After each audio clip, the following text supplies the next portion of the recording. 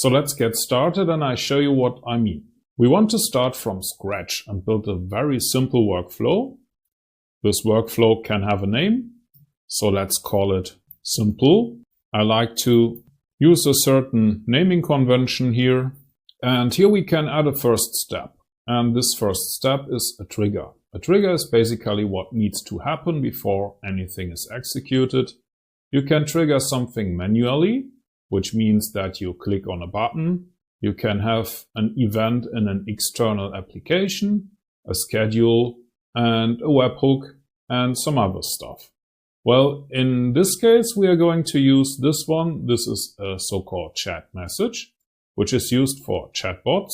We don't have much settings here, so let's add something here. And the first thing that comes up is an advanced AI node. So this looks very promising, and you can now pick from a lot of components.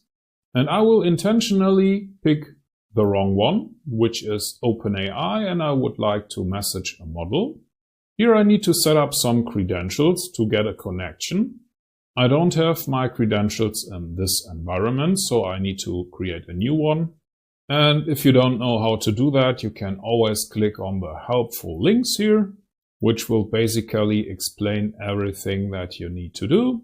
In my case, I already have some API keys here and I can create a new one, give it a name, generate the key, copy it, paste it for the environment.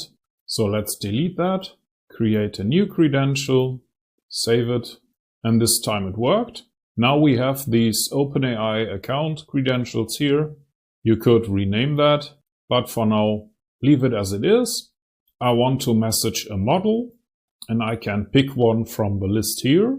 Let's use GPT-4o Mini and save the workflow.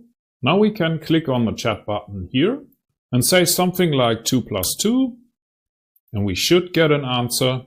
And the answer is, hello, how can I assist you today? In this weird JSON format that you might not know, but actually JSON is what is used behind the scenes. Now you can see this green border here means that the node has been executed successfully. And this is also true for the OpenAI message model. And when I double click it, we can see the chat input from the user here, and the output from the assistant is on the right side. But I would have expected to get an answer about my request about 2 + 2. And to get that, I need to drag the chat input to this message field here. And now it becomes green text. So let's click on test step. And here is our answer.